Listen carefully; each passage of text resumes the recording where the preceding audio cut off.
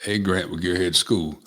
This is lesson one of 70 lessons that will walk through each lesson in my Automotive Essentials course, where I've tried to identify things that you really need to know early on in your career. And then from there, you can build on as time goes and decide what you want to do within the industry.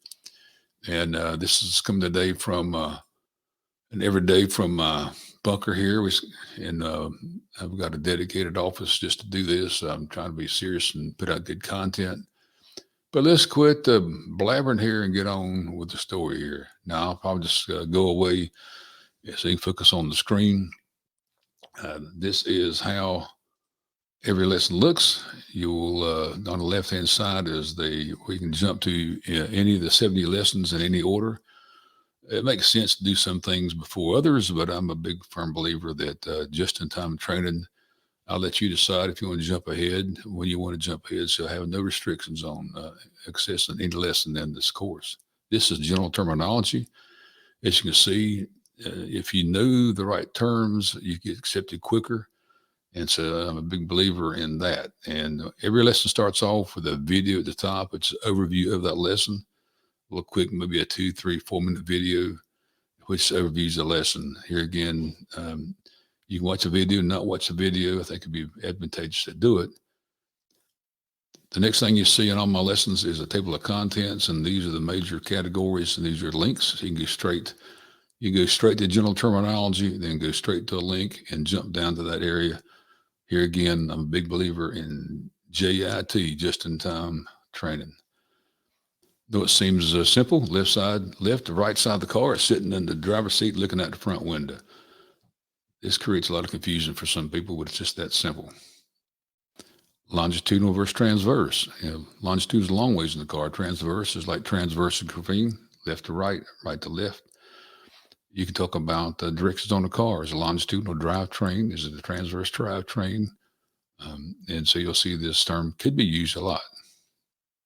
Here again, this terminology we use for powertrains.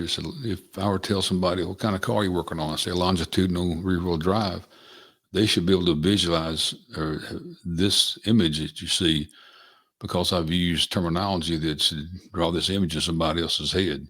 I don't have to, that's all I got to do. And so you'll find a lot of ways you can use good terminology. When you use the right terminology, all of a sudden people take you seriously quicker. Here again, transverse drivetrain. And then we can talk about longitudinal and transverse controls. Our tires are stuck to the road, and then as we go through and accelerate and decelerate and turn left and turn right, a tremendous amount of force is put on the controls to connect the car to the chassis. As we go down the road and apply brakes, apply gas, turn left, turn right, we're putting a lot of longitudinal and transverse forces on the car, and then we have to have controls and suspension system as those forces are transferred back down to the wheels. And so when we hear funny noises, when we do certain things, you think about what was I doing, what kind of force I'm putting, and then on suspension. Then when I get the car back in the shop on the lift, such as this classic rear suspension using trailing arms and painted rods, we know almost exactly which components to suspect based on when we heard a noise on a certain force. Other basic terminology is car types. I know it seems simple, but here again, some people don't call car types the same. This is pretty much industry standard on car types. The name for it, how many doors it has, does it have a trunk, what's it used for, can it tow, and does it have a roof or hatch? That's all on the car types table. Then we have a standardized way to identify pillars. The pillar is the post that connects the roof to the body. It starts off at A at the windshield and goes through the alphabet on each post as it goes to the rear of the car. Seems simple enough. There is one caveat though. This car is showing an ABC pillar. There is no pillar at B. If you open this is a coupe, so if you open the door and roll the window down, there's no post at position B.